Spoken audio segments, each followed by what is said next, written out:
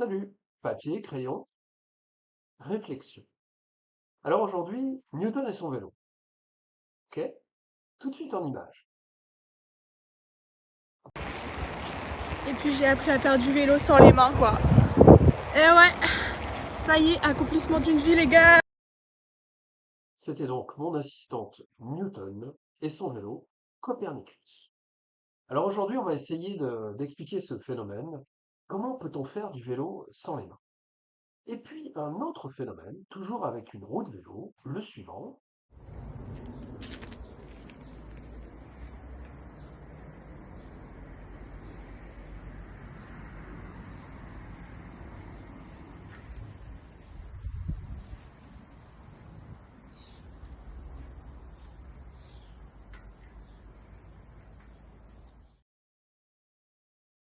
Complètement déroutant.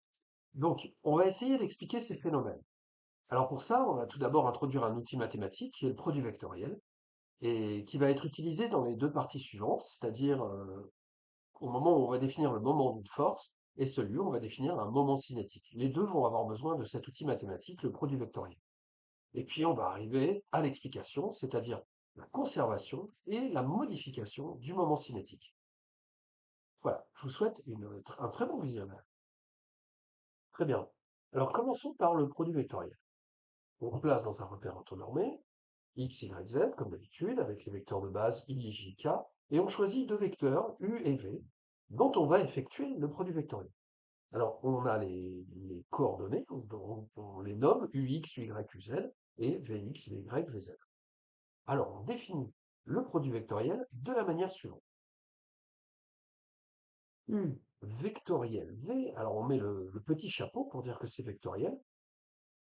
Pour calculer les coordonnées du vecteur résultant, le résultat du produit vectoriel, on va prendre les deux premières coordonnées, donc ux, uy et vx, vy. Et on applique la règle du gamma moins. Ça nous fait ux fois vy moins uy vx, et ça nous donne la coordonnée où x et y ne sont pas présentes, c'est-à-dire la coordonnée en z. On voit qu'on a écrit la formule ici. Pour la coordonnée en x, bon, on prend ce qu'on a en y et en z. Donc on fait uy vz moins uz vy, on l'a en x. Et pour la dernière, bon, on a remis en bas, là je les ai mis en bleu, ux et vx, ce qui nous permet d'appliquer encore une fois notre règle du gamma moins, uz vx moins ux vz, et ça nous donne la coordonnée en y. Donc, on a écrit notre formule très générale qui est assez difficile à retenir si on veut la retenir comme ça, mais la méthode avec les gamma moins est assez simple. Et c'est ça qu'il faut faire. Alors, on va prendre des exemples pour manipuler un petit peu ce produit vectoriel. Pour les vecteurs de base, par exemple, u, il est seulement suivant x, et il a pour coordonnées 1, 0, 0. J, c'est 0, 1, 0, et k, 0, 0, 1. Ok. Calculons le produit vectoriel u vectoriel j. Alors on fait exactement ce qu'on avait dit avant, on écrit les deux vecteurs, 1, 0, 0 et 0, 1, 0, avec le petit chapeau entre les deux ici. Et puis on remet la coordonnée, la première coordonnée, celle en x en bas, on met 1 ici et puis 0 là. Et on applique nos trois gamma moins. Donc le premier, ça fait 1 fois 1 moins 0 fois 0, donc 1. Et ça, c'est notre coordonnée en z. On l'a mis là. Ensuite, on fait 0 fois 0 moins 0 fois 1, ça fait 0. Et c'est notre coordonnée en x. Et puis la coordonnée en y, enfin. 0 fois 0 moins 1 fois 0, ça fait encore 0. Et on l'a mis en y. Donc ce vecteur 0, 0, 1, c'est le vecteur k. On a donc fait le premier produit vectoriel. Pour le deuxième, j vectoriel i, pour voir si ça marche dans les deux sens, on refait le même calcul. Alors dès le début, on voit que 0 fois 0 moins 1 fois 1, bah, ça fait en fait moins 1 en z. Les deux autres coordonnées ne changent pas, et donc on a un moins k. Ça veut dire que si on inverse les positions, ij, on la transforme en ji, et ben ça met un moins. Le produit n'est donc pas commutatif. On peut aussi calculer ik, alors on fait le petit calcul, hein. N'oublions pas qu'il y a le crayon, et ça nous donne en fait 0 moins 1, 0, c'est-à-dire moins j. Très bien, très bien.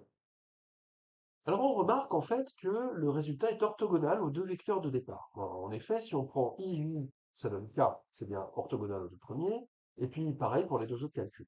En fait, c'est une propriété qui est générale. Le produit vectoriel de deux vecteurs est toujours orthogonal à ces deux vecteurs. Une astuce pratique. On utilise la règle des trois doigts de la main droite. Pouce, index, majeur. Pouce, voilà, pouce, index, majeur.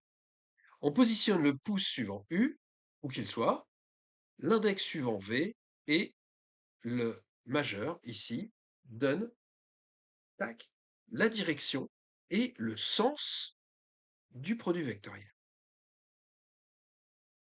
Ça peut être très utile en physique si on a besoin d'étudier la force de Lorentz qui s'applique sur une particule chargée dans un champ magnétique. En effet, si la particule chargée, par exemple, est positive et qu'elle va dans la direction U, que le champ magnétique est dans la direction V, alors la force qui s'applique sur la particule, et donc la direction vers laquelle elle va tenter d'aller, c'est celle du majeur. La direction et le sens. Voilà. Maintenant, moment d'une force. Retour à la physique, donc. Les moments des forces permettent de mieux voir ce qui se passe quand on applique des forces dans un mouvement tournant. En général, pour savoir ce qui se passe, quelle est la trajectoire, par exemple, d'un objet quand on lui applique des forces, on utilise la deuxième loi de Newton. Somme des forces égale ma. Mais quand il s'agit, par exemple, d'un solide en rotation, ce qui est notre cas, c'est beaucoup moins pratique. Et on va avoir recours à des outils comme le moment d'une force. Concept très pratique dans ce cas-là. Et ça permet aussi de comprendre des phénomènes tels que les bras de levier, qui sont d'ailleurs aussi des mouvements tournants, en fait. Alors, on a la formule suivante.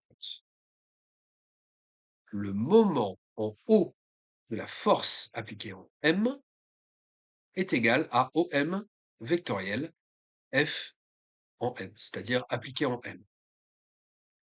Donc, on voit que pour que le moment soit non nul, l'endroit où on va appliquer la force n'est pas le même que celui où on va regarder quel est le moment résultant.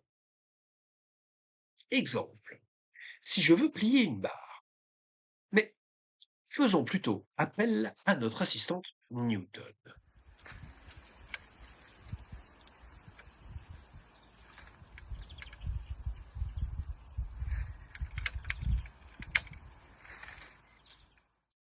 Complètement édifiant. Donc effectivement, on voit que si on veut plier une barre, tout près dans l'endroit où elle est maintenue, c'est très difficile. Si on s'éloigne, ça va un peu mieux, et plus on est loin, plus c'est facile. Alors on se place dans un repère pour faire des calculs qui expliquent ce phénomène. On a donc le point O qui est à l'origine du repère. On va prendre trois points différents. M1 suffisamment proche de O, qui a une distance de 1 suivant X, M2 qui a une distance de 2, M3 a une distance de 3. Et pour ce qui est de la force, elle est à chaque fois dirigée suivant Y, et elle a toujours une intensité de 1. On a ces trois forces qui valent 0, 1, 0, c'est-à-dire qu'elles valent 1 suivant Y. Et on calcule le moment en haut de la force appliquée en M. Donc on a les trois calculs qui sont à droite. On peut refaire les produits vectoriels, mais on a déjà fait les choses un peu comme ça. 1, 0, 0, 0, 1, 0, c'est I vectoriel J. On voit comment faire le calcul, mais on avait déjà trouvé que ça faisait K, 0, 0, 1. Si maintenant on a OM2, donc 2 suivant la coordonnée X, on va trouver quasiment le même vecteur, mais au lieu de trouver K, on trouve 2K. Et dans le cas où on s'éloigne un petit peu plus, on trouve 3K. On voit donc qu'en triplant la distance, on a triplé le moment. Et c'est ce qui fait que la barre peut se tordre quand on est suffisamment loin. Et on comprend pourquoi. Pour ouvrir une porte, plus on pousse loin des charnières, plus c'est facile à faire tourner.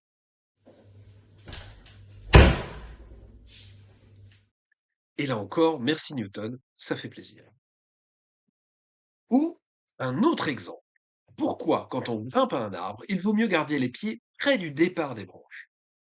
En effet, si on s'écarte un peu trop, la branche ploie et peut finir par craquer. Et donc la célèbre phrase historique d'Archimède, donnez-moi un levier, c'est grand, et je soulèverai la terre. Balèze le mec, hein. Mais en fait, balèze le moment. À présent, le moment cinétique.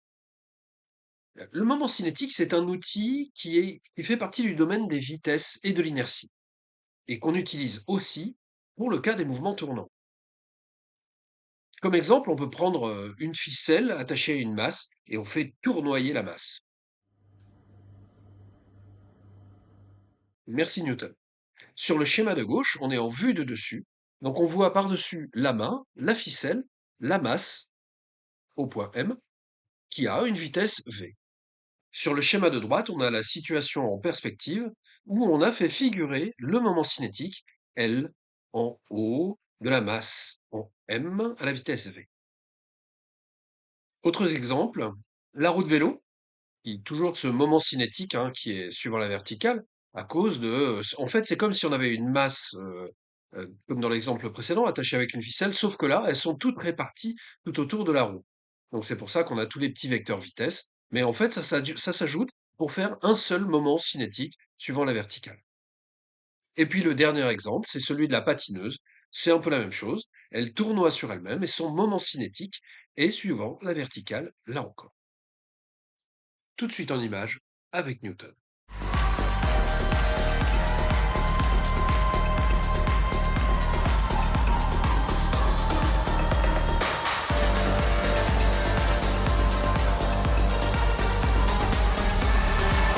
En fin de compte, ce n'était pas Newton, mais c'était bien quand même.